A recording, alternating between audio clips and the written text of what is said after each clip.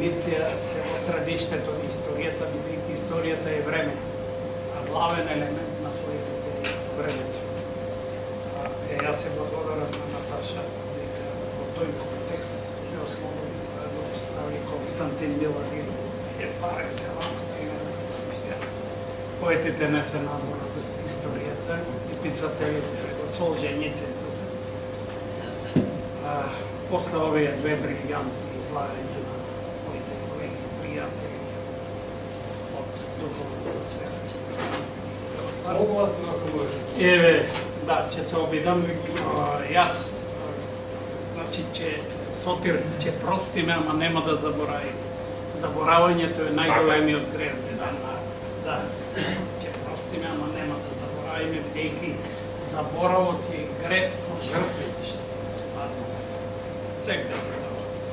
Значи, јас уште со мојот наслов историјата како култура и варварство до некаде давам дефиницијата за историјата, составена од ритам, од два елементи, но јас малку ќе пловам ова цивилизацијска трда слика денес на Европа и Америка, посебно на Западот, бидејќи, како што знаеме сите, ова ликвидација на Македонија, на македонскиот идентитет денес е евроамерикански проект, а владата на Заев, Квесличка и Предавничка само го реализира. Значи, драги пријатели, и на француски, и на англиски, и на македонски историја, значи приказна. Приказната пак што ја раскажува историјата трае од ледената епоха на палеолитот до нашата екстратехнолошка ера. Па сепак да се послужам со една литерарна аналогија, историјата не е исто што и Шехерезада. Таа е понапред Шахријар, чиј крвав меч виси над неа, па таа мора да плете цели 1001 ноќ долги волшебни приказни за од секунда во секунда, од ноќ во ноќ, од столетие во столетие да го одбегнува неговиот удар, се додека Шахријар не се смилува.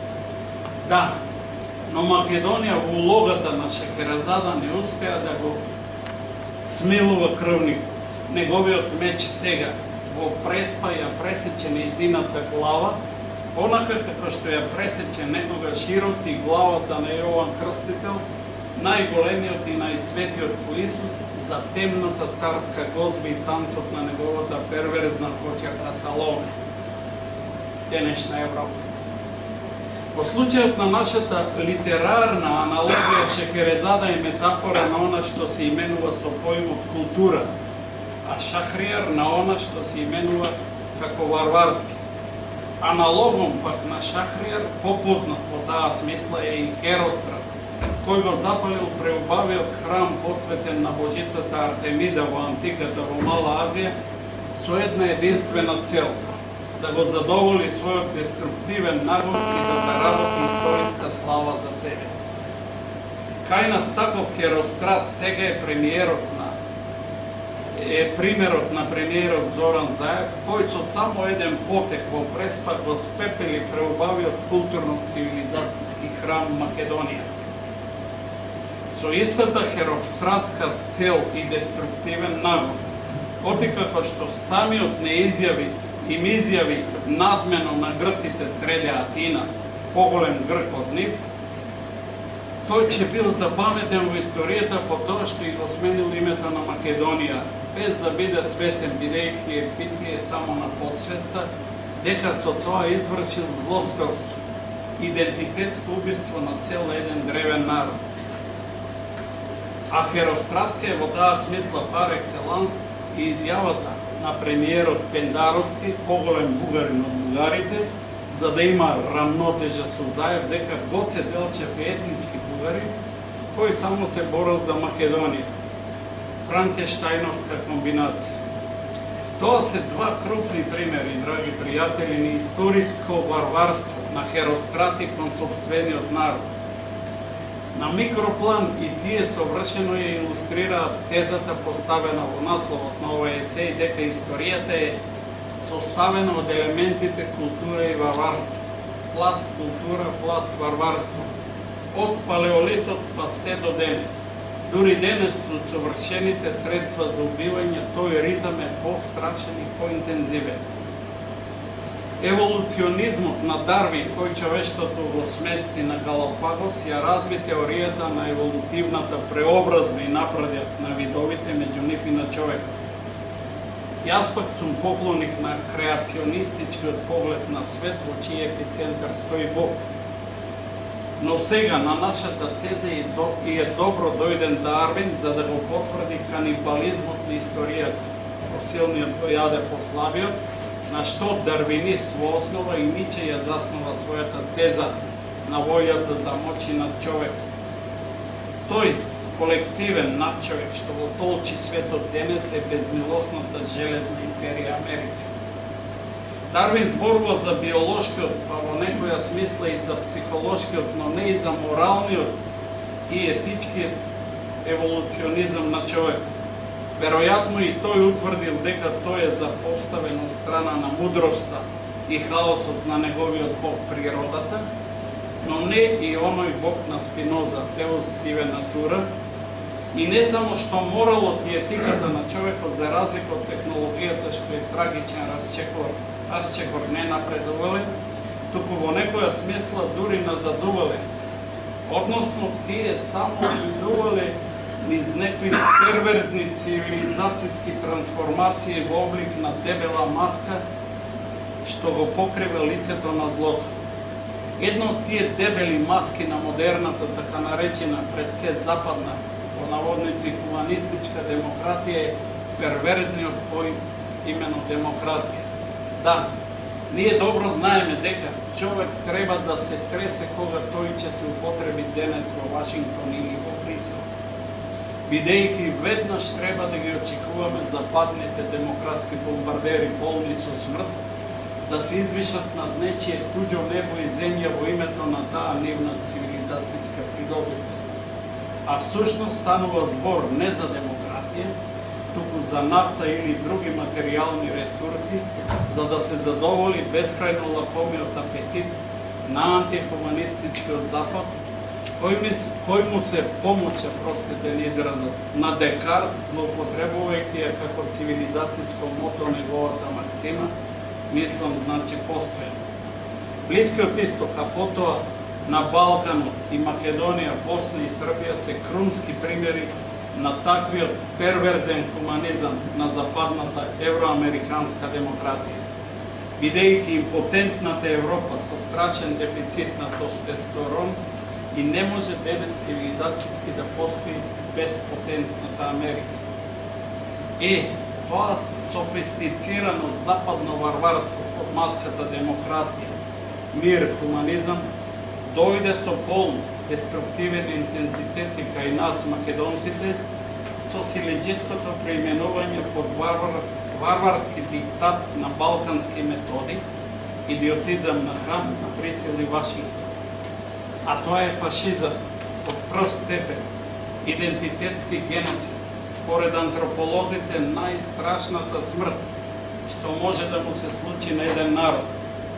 Тоа е фашистичка операција да се избрише идентитетската историска меморија на цел еден народ, македонци. Заедно што таа смртоносна операција западните мајстори на смртта, како што ви вика мојот омилен поет Пол Целан, ја извршуваат неа со домашната квисличка марионетска влада, што ја поставија за таа цел. Тоа не го заскрива фашизмот, злосторството кон македонците на Брисело-Вашингтонските демократи и хуманисти.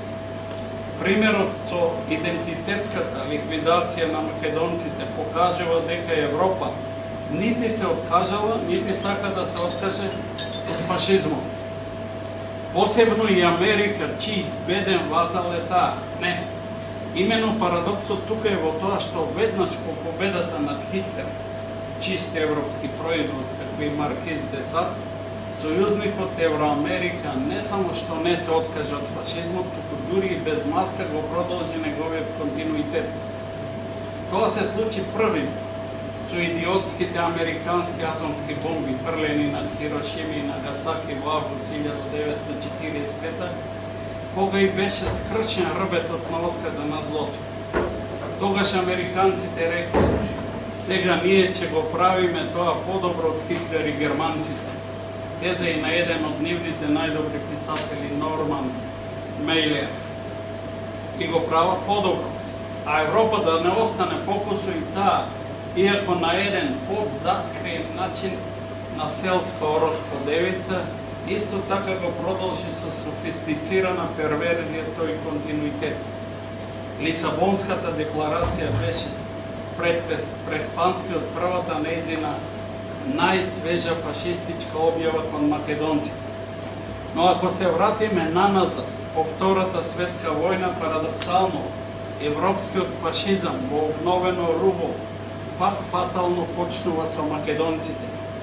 Со евроамериканските бомбардери на Еврототем Черчил, кои ги убиваа македонците, жени, старци, деца пеленачиња на Грамос и Вичо, низ цела Егејска Македонија, ставајќи се на страната на грчкиот монархофашизам и чистејќи ги вековните домородци од своите родни огништа, планини, полиња и гробови. Тоа беше крунска потврда и на песимизмот на големиот германски писател и хуманист Томас Ман, кој по завршувањето на Втората светска војна радосен, но и пророчки депресивен изјави дека Хитлер е победен во Европа, но не и европскиот фашизам. Примерот со Македонија сега, со нејзината насилничка идентитетска ликвидација е најубава, најгорчлива, најдепресивна илустрација на неговата темна јанза. Преспе до вршување на Букурешт 1913, по кој се покажа дека сепак македонците се физички неуништиви, дека и понатаму нивното срце чука во свадбарски 7-8-мински такт, играат, пеат и стојат високо на смрт.